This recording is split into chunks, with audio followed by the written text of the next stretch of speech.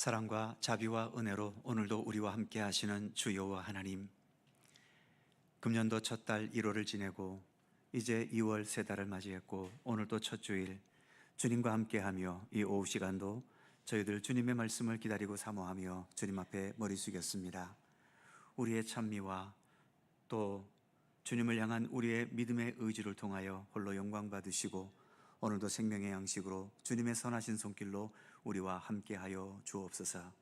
감사드리며 예수님의 이름으로 기도드립니다. 아멘. 찬송 한 곡 더 하지요. 364장 함께 찬송하시고 김봉인 권사님께서 기도하시겠습니다.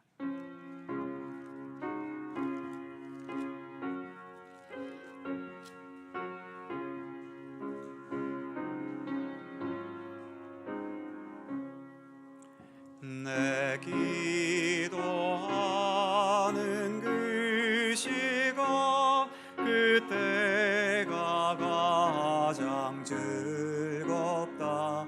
이 세상 근심 걱정에 얽매인 나를 부르사 내 진정 소원 주 앞에 낱낱이 바로 하뢰요. 큰 불행 당해 슬플 때 나 위로받게 하시네. 내 기도하는 그 시간 내게는 가장 귀하다. 저 광야 같은 세상을 끝없이 방황하면서 위태한 길로 나갈 때 주께서 나를 이끌어 그 보좌 앞에 나아가 그 은혜 받게 내 기도하는 그 시간 그때가 가장 즐겁다. 이때껏 지은 큰 죄로 내 마음 심히 아파도 참 마음으로 뉘우쳐 다 숨김없이 하려면 주 나를 위해 복 주사 새 은혜 부어 주시네. 내 기도하는 그 시간 그때가 가장 즐겁다. 주 세상에서 일찍이 저 요란한 곳 피하여 빈 들에서 나 산에서 온 밤을 세워 지내사 주 예수 진이 기도로 큰 본을 보여 주셨네. 아멘.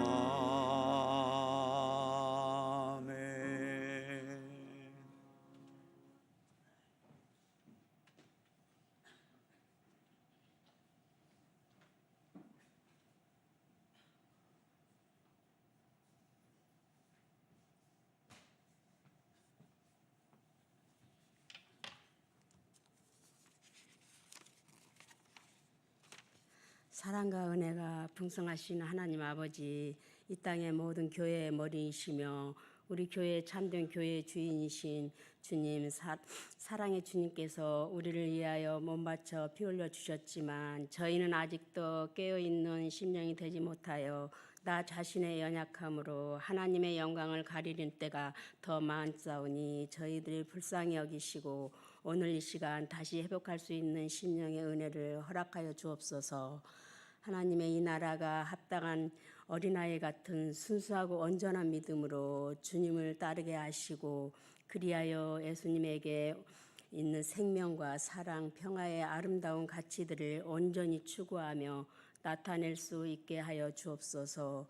두드리는 자에게는 응답하시고 만나기를 원하는 자에게는 만나주시는 좋으신 하나님, 우리는 의지합니다. 이 시간도 참석지 못한 한우들이 있습니다. 주님의 보혈로 어루만져 주셔서 하루속히 회복할 수 있도록 간절히 소망합니다.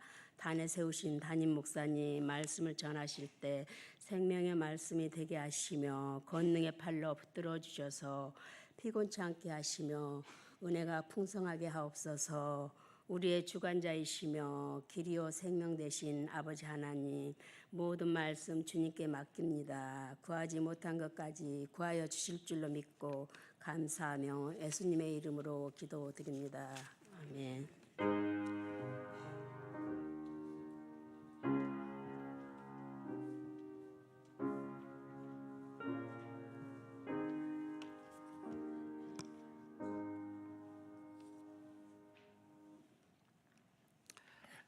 성경 말씀 마태복음 24장 35절입니다. 마태복음 24장 35절 신약성경 42면입니다.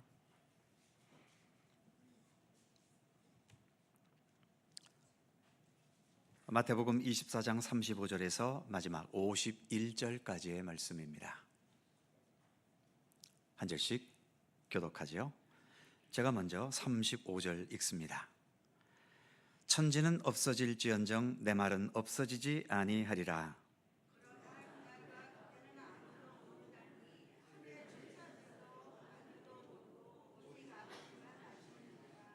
노아의 때와 같이 인자의 임함도 그러하리라.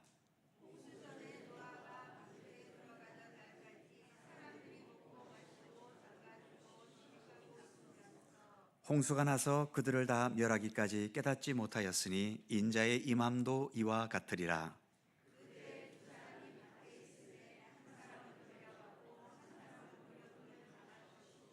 두 여자가 맷돌질을 하고 있음에 한 사람은 데려가고 한 사람은 버려둠을 당할 것이니라.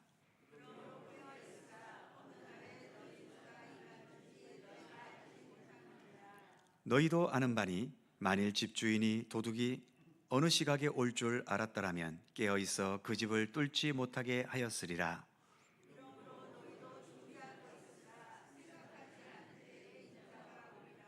충성되고 지혜 있는 종이 되어 주인에게 그 집 사람들을 맡아 때를 따라 양식을 나눠줄 자가 누구냐?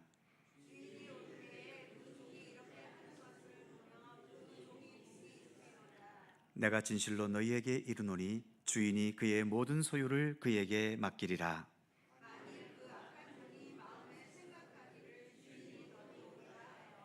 동료들을 때리며 술친구들과 더불어 먹고 마시게 되면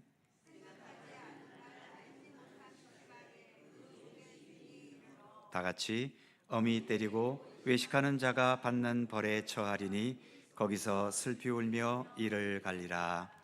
아멘. 자, 24장도 마지막 부분에 이르렀습니다. 벌써 마태복음이 108번째 시간입니다. 기독교에서는 108이라는 숫자가 별게 아니지만 불교에서는 중요한 숫자죠. 무슨 숫자인지 아십니까? 번뇌의 숫자입니다.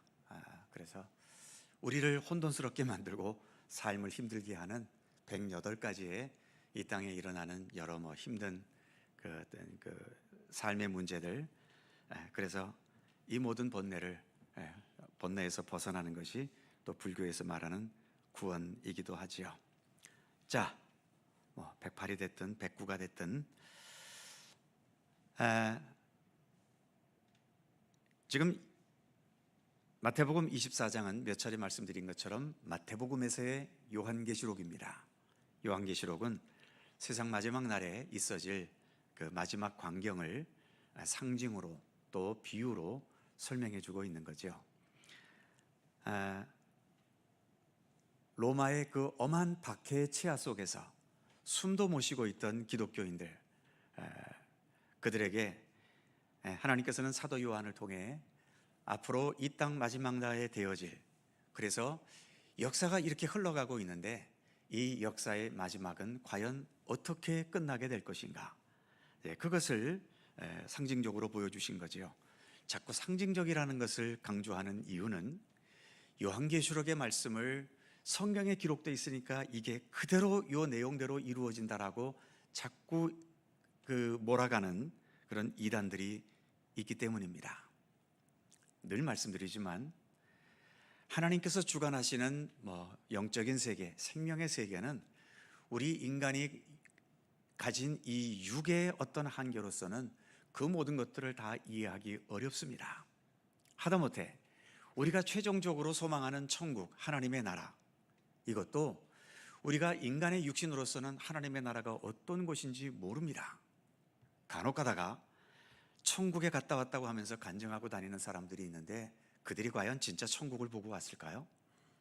그리고 천국을 보고 와서 그것을 자기들의 말로 설명했다면 그건 성경보다 더 앞서간 겁니다. 성경도 하나님의 나라, 천국, 그 마지막 때를 사람들의 말로 설명할 수가 없기 때문에 모든 것을 상징과 비유로 말씀하고 있는 거지요. 예수님께서도 하나님의 나라에 대해서 말씀하실 때 천국은 마치 모못과 같으니 하면서 비유로 하셨잖아요. 왜 비유로 하셨을까요? 비유가 아니면 우리 인간들이 하나님의 나라에 대해 아무것도 깨닫지 못하기 때문입니다. 알 수가 없어요. 그래서 예수님께서도 천국에 대해 말씀하신 것을 비유로 하셨는데 자기가 무슨 환상 중에 천국 갔다 왔다고 하면서 천국에 대한 것을 직설적으로 표현한다고요? 그게 진짜겠습니까?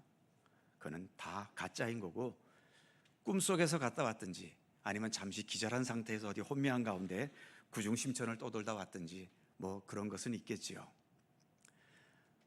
사도 바울도 내가 삼층천에 다녀왔다는 고백이 있잖아요. 그렇지만 그렇게 위대한 사도도 신약성경 중에서 27권 중에 14권이나 기록한 13권, 14권을 기록한 사도 바울도 자기가 삼층천을 통해 갔다 온 세계가 어떤 세계인지를 단 한마디도 말하지 않습니다.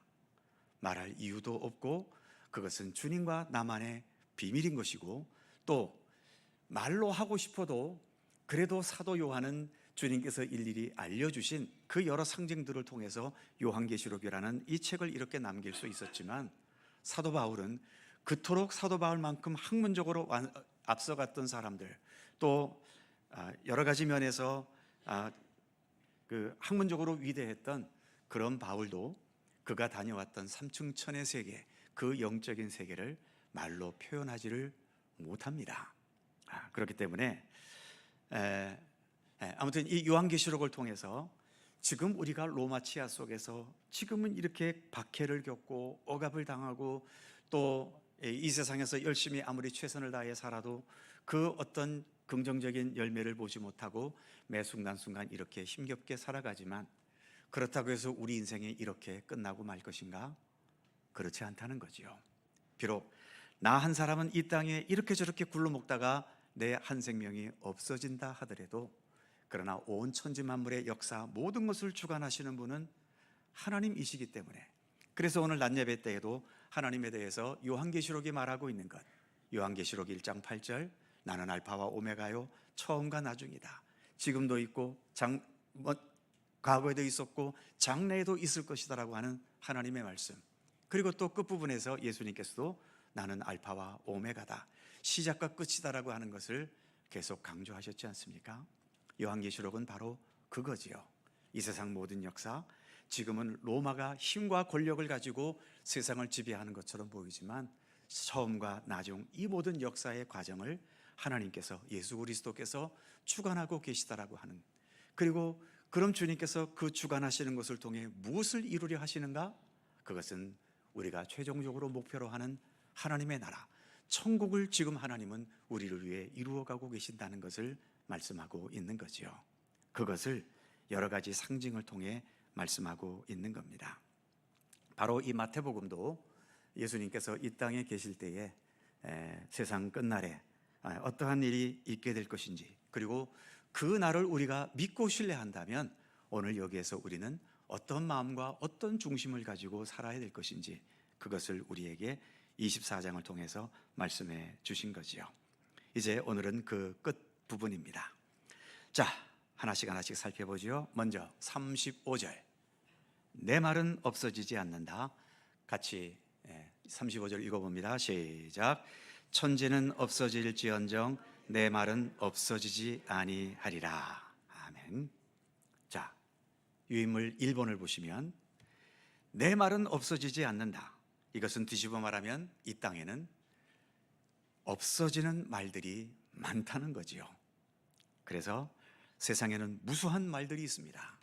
하루에도 우리는 얼마나 많은 말들을 듣습니까? 하다못해 우리가 TV를 틀면 하루 종일 TV에서는 이런저런 소리들을 말을 하지요. 드라마를 통해 말을 하든 뉴스를 통해 말을 하든 대담을 통해 말을 하든 계속해서 말들이 쏟아져 나옵니다. 그러나 대부분의 말들은 어떻습니까? 거짓된 말들이고 그래서 곧 잊혀지게 되고 별 소용없이 세상만 소란하게 만드는 말들이 거의 대부분입니다. 우리가 하루를 살면서 정말 내 마음 중심을 기울여서 듣게 되는 그런 경우가 얼마나 있나요? 우리가 드라마를 보고 강연을 듣고 그래도 대부분의 말들은 다 그냥 지나가 버립니다.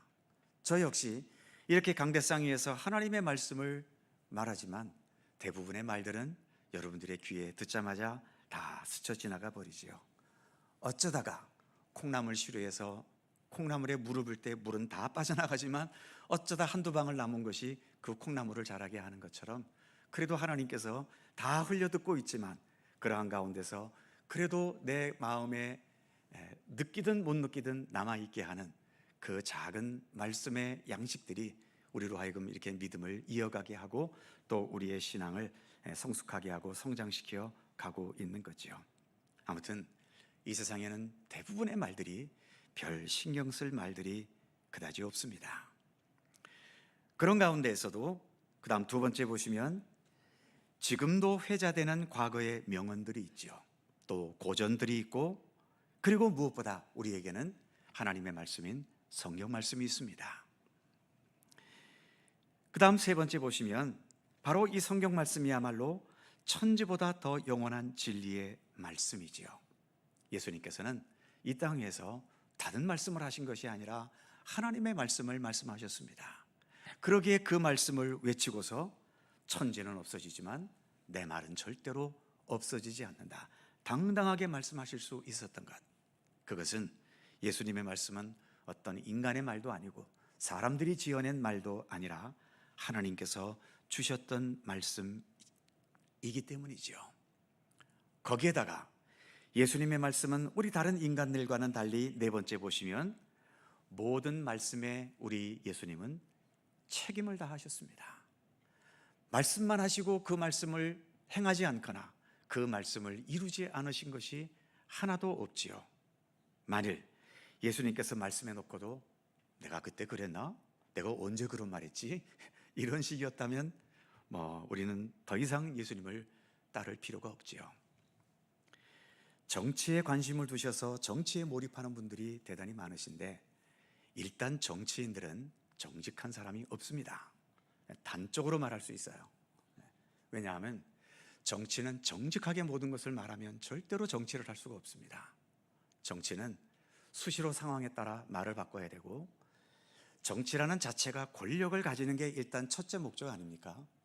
권력을 가지는데 그 지저분한 권력의 세계 속에서 정직함만으로 권력을 획득할 수 있으리라고 보십니까? 어렵습니다. 그렇기 때문에 정치인들은 여기에서는 이 말하고 저기에서는 저 말하고 하는 이 말 바꾸기가 그들에게는 당연한 거예요. 그렇게 말을 바꿔놓고도 하나도 그들은 양심의 가책을 느끼질 않습니다. 그러기에 우리도 어쨌든 정치 그 속에서 살고 있기 때문에 이 당이 됐든 저 당이 됐든 보수가 됐든 진보가 됐든 어느 한쪽에 우리는 편들어 있을 수밖에 없겠지만 그냥 그들의 하는 말, 그들의 주장은 하나의 그냥 참고사항 정도로 여기시고요. 너무 거기에 몰입하셔서 그렇게 내 신앙보다도 더 앞세우게 강조를 하고 이러한 것은 별로 바람직하지 않습니다. 어쨌든 우리 인간 사회라고 하는 것은 100% 정직하고 100% 진실한 것만 가지고 우리 인간이 살아갈 수 있질 않기 때문에, 만일 100% 정직하고 100% 진실하면 어떻게 되는지 아세요? 가는 길은 한 길밖에 없습니다. 예수님처럼 십자가에 못 박혀 죽어야 됩니다. 예수님이 왜 십자가에 죽으셨겠어요? 예수님이야말로 100% 정직하셨고 100% 진실하셨고 100% 모든 것에 하나님의 뜻에 완전히 합치하셨잖아요. 세상은 그거 용납 못합니다. 그러니 예수님이 십자가에 못 박히듯이 세상도 그렇게 정직하게만 살아가고 진실하게만 살아가면 다 십자가에 못 박혀 죽는 겁니다. 그렇기 때문에 왜 우리가 예수님을 의지해야 될까요? 우리는 100% 정직하기도 불가능하고 진실하기도 어렵습니다.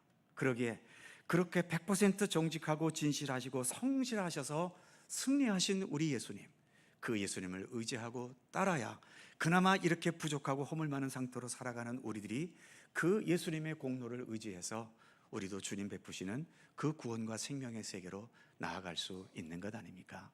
그래서 오늘도 우리는 예수님을 이렇게 믿고 의지하는 거지요. 아무튼 우리 예수님께서 천지는 없어지지만, 그런데 알고 보면 이 천지도 어떻게 해서 만들어졌습니까? 창세기 1장 1절에 의하면 하나님이 이르시되, 옛날 성경에는 하나님이 가라사대 빛이 있으라 하심에 빛이 있었고, 이 천지 만물도 하나님께서 말씀으로 창조하신 겁니다. 그러니 말씀이 먼저입니까? 세상이 먼저입니까? 당연히 말씀이 먼저입니다. 그러니 세상은 없어져도 하나님의 말씀은 절대로 없어질 수 없는 거죠. 그렇기 때문에 예수님께서도 그런 하나님의 말씀만을 외치셨기 때문에 천지는 없어져도 내 말은 없어지지 않는다, 이렇게 당당하실 수 있었던 거죠. 무엇보다 지금 네 번째 살펴본 것처럼 말씀의 책임을 다하심으로 실려진 말씀의 권위, 우리는 이런 예수님 앞에 심히 부끄럽습니다. 우리는 모든 말에 대해서 책임을 다하지 못할 때가 많기 때문이지요. 말은 해놓고 그 말을 지킬 능력이 안 돼 지키지 못하기도 하지만, 지키려고 하다 보니 내 이익에 도움이 되지 않고 손해만 볼 것 같아서 말을 해놓고도 뒤로 꽁무니 빼기도 하고요. 어떤 위기가 닥치면 그 위기를 모면하겠다는 생각 때문에 내가 했던 말과 정반대로 행동하고 나아갈 때도 많이 있지요. 우리가 세상을 향해 주의 복음을 증거해야 하는 선교의 책임이 있습니다만, 그 선교의 책임에 앞서서 우리 모든 교회와 성도들은 말씀에 대해 좀 더 깊이 책임을 지려고 하는 그런 신앙의 의지를 우리는 먼저 키울 수 있어야 됩니다. 그래야 우리가 외치는 복음이 사람들에게 설득력이 있고 받아들여질 수 있게 되지 않겠습니까? 자, 그러면서 36절의 말씀으로 이어지죠. 36절 읽겠습니다. 시작. 그러나 그날과 그때에는 아무도 모르나니 하늘의 천사들도 아들도 모르고 오직 아버지만 아시느니라. 아멘. 그날과 그때, 즉 주님께서 언제 세상에 오시겠는가, 언제 이 세상의 종말이 이르겠는가, 또 여기서 그날과 그때는 꼭 종말이기보다도 하나님께서 앞으로 행하실 일들, 이러한 것들에 대해서는 아무도 알 수 없다는 것입니다. 아무도 알 수 없는 가장 중요한 이유가, 첫 번째 보시면 신앙은 뭐가 통하지 않아요? 벼락 공부가 통하지 않습니다. 여러분들은 학교 다니실 때 늘 꾸준히 예수 복습하시며 공부하셨습니까? 물론 그런 분도 계시겠지요. 그래서 공부 잘해서 좋은 학교 나오신 분들도 계시겠지만, 대부분의 경우, 저 같은 경우도 공부는 주로 벼락 공부였지요. 시험이 딱 정해져 있으면 그 시험날 며칠 전까지는 땡깡땡깡 놀다가 시험날 그저 며칠 전부터 밤을 새워가며, 밤 새우지도 못하지만 어쨌든 죽어라 그때부터 공부해갖고, 그래서 간신히 낙제를 면하면서 그래갖고 이렇게 얼충얼충해서 졸업을 한 거지요. 세상에서는 이런 벼락 공부가 통할 때도 많습니다. 세상의 시험은 완벽한 시험이 아니기 때문에 그런 벼락 공부가 통하지요. 하지만 우리가 믿는 신앙의 길은 그런 벼락 공부가 통하지 않습니다. 세상의 시험은 결과만 보잖아요. 시험지에 어떻게 적었는가, 그래서 이 점수가 몇 점인가, 그 결과만을 가지고 판단하기 때문에 벼락 공부가 됩니다. 하지만 우리 주님께서는 우리의 어떤 결과가 아니라 우리가 한평생 살아왔던 삶의 과정을 보시잖아요. 그렇기 때문에 이 과정에는 벼락 공부가 통하지 않는 겁니다. 매 순간순간 진실하게 주님과 함께 동행하려는 그러한 믿음의 의지로 우리는 믿음의 길을 걸어가야 되는 거죠. 몇 차례 말씀드린 것처럼 그날과 그때를 우리가 알게 되었다. 그러면 대부분의 인간들, 저처럼 벼락 공부한 사람들은 어떻게 할지 아십니까? 주님께서 예를 들어 한 달 뒤에 오신대요. 그러면 대부분 어떻게 할까요? 그달 27일까지 하고 싶은 대로 다 놀다가 한 사흘줄 남겨두고, 주여 부족한 죄인이 주님께 돌아왔나이다, 나를 구원해 주소서, 이제 이런 식의 벼락 공부를 하게 된다는 거지요. 신앙은 그런 게 아닙니다. 그런 게 주님께 통할 리도 없고요. 그렇기 때문에 주님께서는 그날과 그때를, 하나님께서 언제 이 일을 행할 것이며 언제 저 일을 행할 것이며 이런 식으로 우리에게 특별하게 알려주시는 법이 거의 없습니다. 우리는 매 순간 주어진 상황 속에서 여기에서 주님의 뜻이 무엇인가, 내가 그리스도인으로 살아간다면 이 상황에서 나는 어떻게 살아가야 될 것인가, 우리는 늘 그것을 생각하고 또 그것을 위해 기도해야 되는 거죠. 하나님, 나에게 지금 이러이러한 상황이 주어졌습니다. 하나님, 내가 여기에서 어떻게 해야 될까요? 우리의 기도의 대부분은 어떤 어려운 문제가 닥쳤을 때, 하나님, 내가 지금 이런 어려움이 닥쳤습니다, 주님 도와주십시오, 꼭 극복하고 이겨낼 수 있도록 도와주십시오, 이제 이런 쪽으로 우리는 대부분 기도를 합니다만, 한 단계만 좀 기도의 방향을 바꾸셔서, 주님, 저에게 지금 이런 상황이 주어졌습니다, 여기에서 제가 어떻게 해야 될까요? 주님, 돈 떨어졌습니다, 집안 식구들이 굶고 있습니다, 주님, 어떻게 해야 될까요? 제가 어떻게 해야 이 공공 가운데서 우리 가족을 먹여 살릴 수 있겠으며 또 주어진 삶을 정상적으로 살아갈 수 있겠습니까?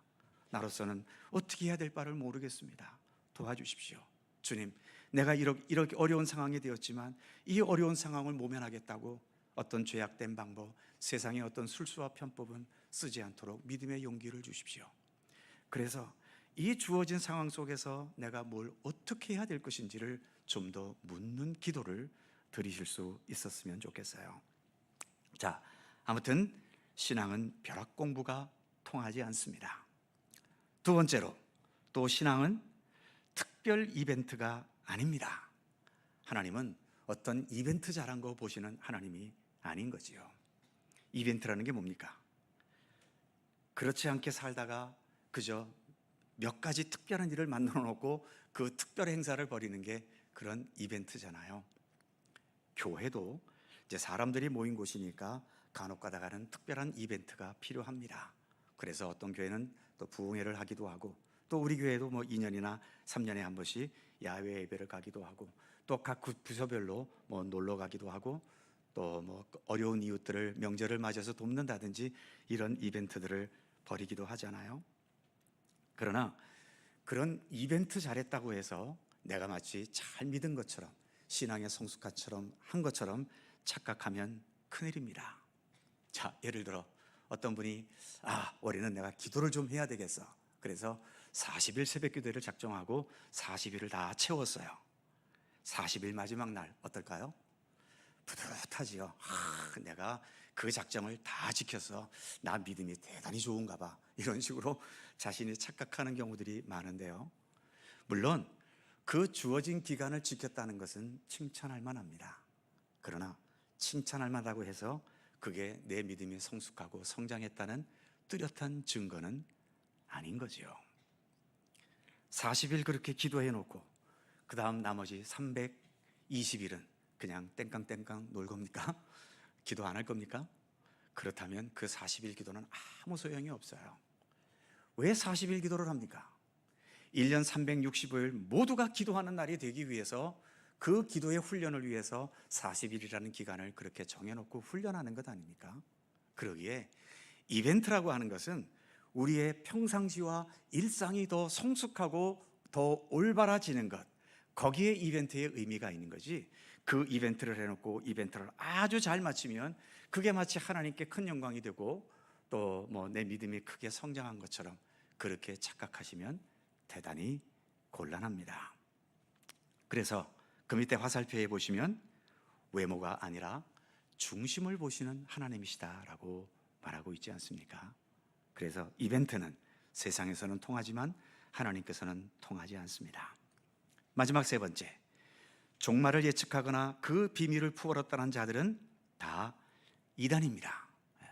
어느 교단이든 어느 누가 되었든 주님 오실 날을 예측하거나 하나님께서 언제 어느 때 일을 행할 것이다 이런 식으로 말하는 자들은 다 이단입니다. 분명 예수님께서 지금 읽었던 36절에서 그날과 그때는 아무도 모른다고까지 말씀하신 것을 잊어서는 안 되죠. 그 다음 세 번째로 넘어가면 이제 주님께서 몇 가지의 예를 말씀하시는데 한 가지 예가 노아 때입니다. 37절부터 39절까지죠. 같이 읽어볼까요? 시작. 노아의 때와 같이 인자의 임함도 그러하리라. 홍수 전에 노아가 방주에 들어가던 날까지 사람들이 먹고 마시고 장가들고 시집가고 있으면서 홍수가 나서 그들을 다 멸하기까지 깨닫지 못하였으니. 아멘. 자, 노아의 때와 같이 첫 번째 보시면 노아는 방주를 지었던 사람이죠. 그 방주 제작 기간이 얼마였는지 아십니까? 자그만치 120년입니다.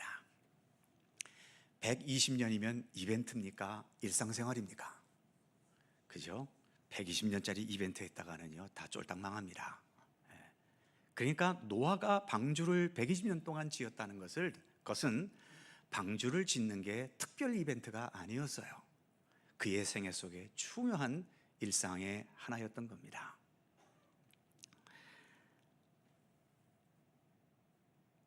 그래서 아까 말씀드린 것처럼 신앙은 벼락 공부가 통하지 않고 신앙은 특별 이벤트가 아니라, 그리고 노아가 방주를 지었다는 것도 어떤 이벤트성으로 지은 것이 아니라 노아의 일상의 삶이 하나님과 그렇게 말씀을 따라 동행하고 있었다는 것을 증거해 주는 거죠. 반면 두 번째 보시면 그 당시에 다른 사람들은 다 어땠습니까? 하나님보다도 자기 기분을 따라 살아갔던 겁니다. 그래서 그들의 삶에는 어떤 것이 있죠? 첫 번째 동그라미 보시면 먹고 마시고 장가들고 시집가고. 그렇다고 먹고 마시고 장가들고 시집가는 게 죄입니까?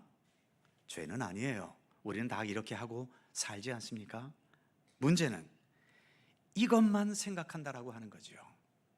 예수님께서 하신 말씀 중에 신명기의 말씀을 인용하시면서 사람이 떡으로만 살 것이 아니요, 그렇다면 떡 없이는 또 삽니까? 못 살죠. 떡은 있어야 됩니다. 그러나 떡으로만, 떡이 하나님이 될 수 없고 떡이 인생의 가장 중요한 본질일 수는 없다는 겁니다. 먹는 것, 마시는 것, 장가들고 시집가는 것 중요하지요. 당연히 있어야 되지요. 그러나 이 먹고 마시고 장가들고 시집가고 이것 때문에 우리의 생명의 근본이신 하나님과의 관계가 소홀해지고 하나님 없이 그저 인간의 욕심만을 따라 살아가려고 하는 것. 그래서 그 밑에 두 번째 동그라미 보시면 현실의 일상에만 집착하는 모습, 이것이 노아 시대 때의 노아를 제외한 그 시대 사람들의 일상이었던 겁니다. 결국은 노아가 방주를 지은 지 120년째 되는 날 하나님께서는 그 땅 위에 홍수의 심판을 내리셨죠. 노아와 그 가족들만 홍수에서 살아남고 나머지 존재들은 다 홍수에 휩쓸려 죽었던 겁니다. 그 다음 또 한 가지 예를 드시죠. 40절과 41절입니다. 같은 곳에 있는 두 사람이에요. 자, 40절, 41절 시작. 그때에 두 사람이 밭에 있음에 한 사람은 데려가고 한 사람은 버려둠을 당할 것이요, 두 여자가 맷돌질을 하고 있음에 한 사람은 데려가고 한 사람은 버려둠을 당할 것이니라. 아멘. 자, 두 사람이 밭에 있었다. 두 여자가 맷돌질을 하고 있었다. 밭에 있는 것과 맷돌질을 하는 것, 특별 이벤트입니까? 이것은 일상이지요. 농부들의 일상입니다. 그 당시 여인들의 일상이기도 하고요. 그런데 그 일상 속에서 생활하는데 한 사람은 주님께 데려감을 당하고 한 사람은 버려둠을 당한다는 겁니다. 그래서 두 번째 보시면 교회가 아니라 일상이다. 무슨 말인가? 즉 우리의 신앙의 진정한 승부처는 교회가 아니고 일상이고 세상이다라고 하는 겁니다.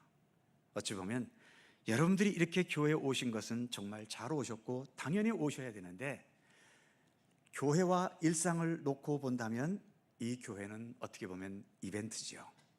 왜냐하면 일주일에 한 번 오시는 분들이 대부분이고, 또 좀 자주 오시는 분들이 수요 기도회까지 오시고, 좀 더 자주 오시는 분들이 날마다 새벽 기도회를 오십니다. 날마다 새벽 기도에 오셔도 결국 교회에서 머무는 시간은 1시간을 넘지 않습니다. 나머지 23시간은 우리가 일상에서 살아가잖아요. 이 새벽 기도회나 이런 것도 우리가 못 하시는 분들은 일주일에 딱 교회 1시간 내지 2시간 오후 예배까지 합치면 그렇게 1시간, 2시간 예배 드리고 그 외의 시간은 모두 일상 속에서 지냅니다. 뭐가 이벤트고 뭐가 일상일까요? 교회는 그런 면에서 보면 이벤트입니다. 그래서 교회에서의 우리의 모습은 우리의 신앙의 진정한 승부처가 아니지요. 우리가 훨씬 더 많은 시간을 살아가고 있는, 우리가 살아가는 일상이 나의 신앙의 진정한 승부처입니다. 즉 주님께서 내가 어떤 진실한 믿음의 사람으로 살아가느냐라고 하는 것은 교회에 앉아있는 이 모습을 보시고 결정하시는 것이 아니라 우리가 일상 속에서 어떤 모습으로 살아가고 있는지, 어떤 중심과 어떤 자세를 가지고 내게 주어진 일상을 살아가는지, 그것을 통해서 주님은 우리의 참된 삶의 모습을 보고 평가하시고 판단하신다는 겁니다. 그러한 의미에서 우리의 진정한 신앙의 승부처는 교회가 아니라 일상이라고 하는 거죠. 자, 이제 오늘도 교회 모든 예배가 끝나면 일상으로 돌아가실 텐데, 일상으로 돌아가셔도 내가 지금 교회에 나와 있다라는 그러한 마음으로, 뭐 그렇다고 해서 집에서도 저처럼 날마다 넥타이를 메고 있겠습니까? 뭐 그러겠습니까? 우리의 일상은, 우리의 삶은 좀 흐트러진다 하더라도 그래도 내 중심 속에는 내가 지금 주님과 함께 살아가고 있다, 예수 그리스도께서 지금 나와 함께 동행하고 계시다라고 하는 이러한 인식을 가지고 매 순간을 살아가려는 의지가 필요한 거죠. 뒷페이지 넘어가셔서 마지막 5번째, 이제 결론을 맺고 계시죠? 그러므로 깨어 있어라. 첫 번째로 왜 깨어 있어야 하고 준비해야 하는가? 42절에서 44절까지죠. 같이 읽어보겠습니다. 42절 시작. 그러므로 깨어 있으라. 어느 날에 너희 주가 임하는지 너희가 알지 못함이니라. 너희도 아는 바니 만일 집주인이 도둑이 어느 시각에 올 줄 알았더라면 깨어 있어 그 집을 뚫지 못하게 하였으리라. 이러므로 너희도 준비하고 있으라. 생각하지 않은 때에 인자가 오리라. 아멘.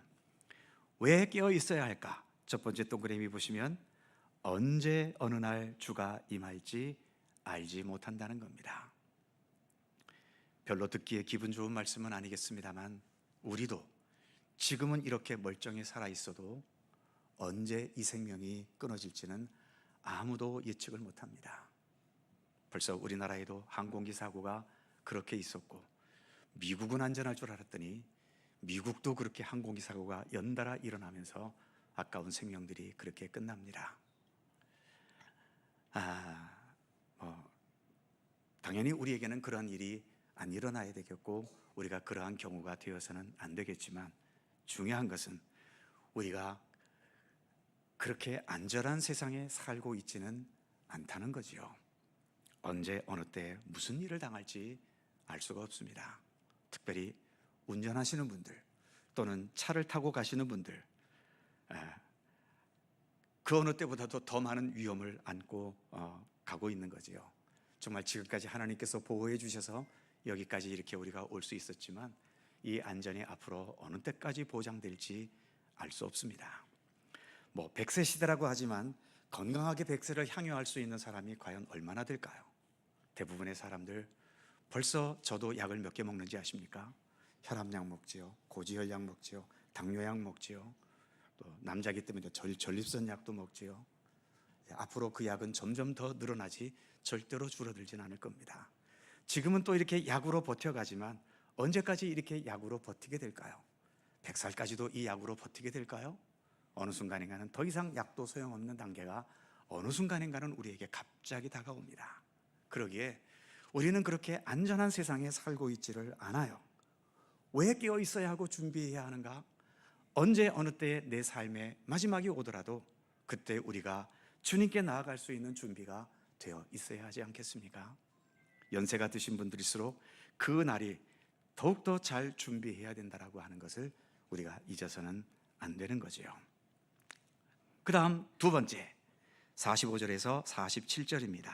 같이 읽죠. 시작.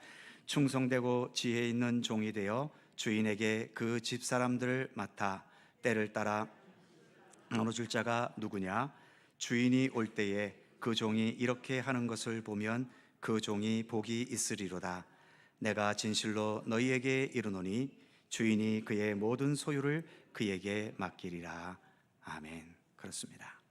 깨어 있으면서 우리는 예수님 말씀처럼 충성되고 지혜 있는 종들이 되어야 하겠지요. 첫 번째 동그라미 보시면 주인의 뜻에 따라 자신의 역할에 최선을 다하는 겁니다. 이벤트를 벌이는 것이 아니라 매 순간순간 주인의 뜻을 생각하면서 자신에게 주어진 모든 역할에 최선을 다하는 겁니다.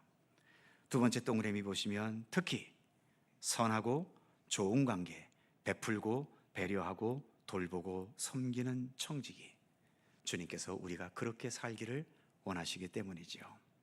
그럴 때에 세 번째 동그라미 보시면 주인이 그에게 모든 것을 맡길 것이다.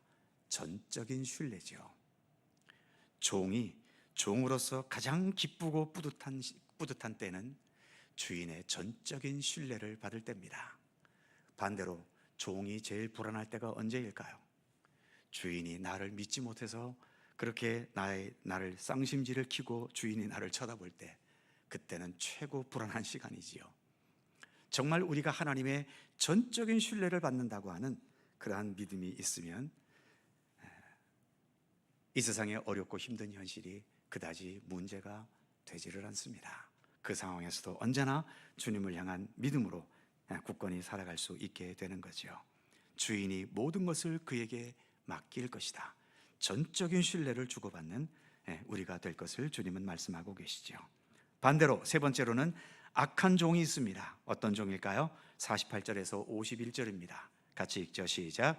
만일 그 악한 종이 마음에 생각하기를 주인이 더디 오리라 하여 동료들을 때리며 술친구들과 더불어 먹고 마시게 되면 생각하지 않은 날 알지 못하는 시각에 그 종의 주인이 이르러 엄히 때리고 외식하는 자가 받는 벌에 처하리니 거기서 슬피 울며 이를 갈리라. 아멘. 악한 종의 첫 번째 특징은 주인을 예측합니다. 주인은 예측의 대상이 아닙니다. 주인은 명령하시는 분이고 우리는 그 명령에 따를 뿐인 거지요. 주인이 이렇게 하고 저렇게 할 거야. 그래서 거기에 맞춰서 요령을 부리다가는 주인이 다른 모습으로 나타날 때 이 종은 얻어 터지는 거지요.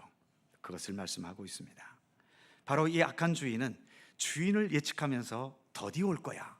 그러면서 두 번째 동그라미 보니까 어떻게 했어요? 때리며 먹고 마시는 생활, 악하고 자기 중심의 무가치한 삶을 살아왔다는 겁니다. 이런 자들의 결과는 세 번째 동그라미처럼 엄벌에 처해집니다. 엄히 때리고 외식하는 자가 받는 벌에 처해지리니 거기서 슬피 울며 이를 갈게 될 것이다. 예수님은 경고하고 계시는 거죠. 자, 어쨌든 우리는 주님께서 말씀하신 그 말씀을 따라 오늘도 살아가고 있는 그리스도인들입니다. 아직은 우리가 많은 것에 부족하기 때문에 주님의 모든 것을 우리가 온전히 따르기도 어렵고 또 그럴 수 있는 여건도 되지 못할 때도 많습니다만, 그래서 우리는 우리의 믿음을 더욱더 키워가야 되는 거죠. 그래서 주님이 무엇을 말씀하시고 무엇을 부탁하셔도 그것을 온전히 더 이루어 드릴 수 있는 그런 착하고 충성된 종과 같은 믿음으로 살아갈 수 있어야 할 것입니다. 기도하겠습니다. 거룩하신 하나님, 이제 마태복음 24장을 마치게 해주셔서 감사합니다. 이 세상에 처음 시작이 있었듯이 언젠가는 이 세상의 마지막 날도 있을 것이며, 세상 마지막 날까지 갈 것도 없이 우리의 짧은 인생, 출생의 시기가 있었으면 어느 순간에는 나에게도 마지막 죽음의 순간이 오지 않겠습니까? 언제 어느 때 그러한 순간이 오더라도 우리가 아무 미련 없이 오직 주님의 부르심에 겸손히 순종하면서 주님과 함께 모든 것을 동행하고 주님께 모든 것을 맡기고 의지하는 그러한 믿음의 훈련이 굳건히 되어질 수 있도록 하나님 함께해 주시옵소서. 그리하여 방황하고 혼돈하는 삶이 아닌 항상 주님께 견고히 믿음의 뿌리를 내리고 주님의 인도하심 따라 언제나 힘차게 나아가는 그러한 건강한 하나님의 사람으로 살아갈 수 있도록 우리를 인도하여 주옵소서. 세상은 우리가 그런 건강한 믿음을 지니지 못하도록 이런저런 이유로 우리를 방해하고 우리를 시험하고 우리를 또 뒤흔들어 놓습니다. 때로는 우리의 욕망을 자극하고 죄악된 마음을 우리에게 유혹하면서 그래서 하나님의 길을 벗어나도록 유혹할 때도 얼마나 많습니까? 바울의 표현처럼 내 자신을 쳐서 복종시키면서 언제나 주님 안에도 온전히 거하고 주님과 참되게 동행하는 그 온전한 믿음의 길을 성실히 걸어갈 수 있도록 우리의 모든 신앙의 여정을 지키시며 이끌어 주시옵소서. 오늘도 함께 하신 주님께 감사드립니다. 한 주간도 주님과 동행하며 또 지내는 복된 한 주간 되게 하여 주시옵소서. 감사드리며 우리 구주 예수 그리스도의 이름으로 기도드립니다. 아멘. 자, 서로 살펴보시면서 사랑의 인사 함께 나누시기 바랍니다. 건강하시고 행복하시고 좋은 날들 되시고요. 자세한 뒤의 소식은 주보를 참조하시기 바랍니다. 이제 찬송가 180장 함께 찬송하시고 예배를 마치겠습니다.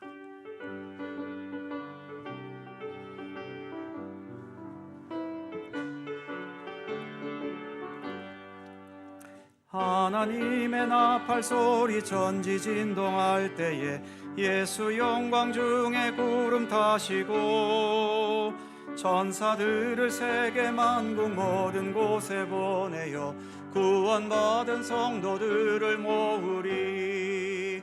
나팔 불 때 나의 이름, 나팔 불 때 나의 이름, 나팔 불 때 나의 이름 부를 때에 잔치 참여하겠네.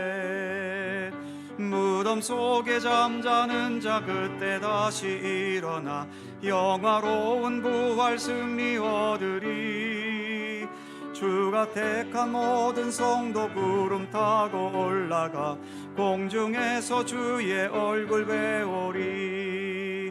나팔 불 때 나의 이름, 나팔 불 때 나의 이름, 나팔 불 때 나의 이름 부를 때에 잔치 참여하겠네.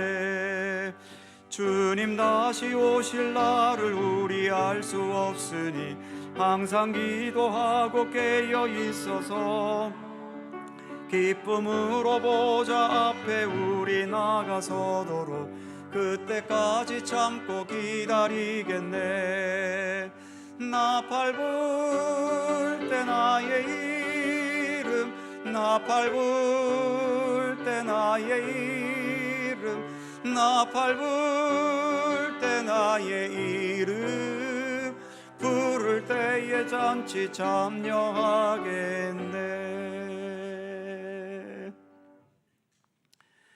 우리 주 예수 그리스도의 은혜와 하나님 아버지의 넓고 크신 사랑하심과 성령님의 교통하심과 인도하심이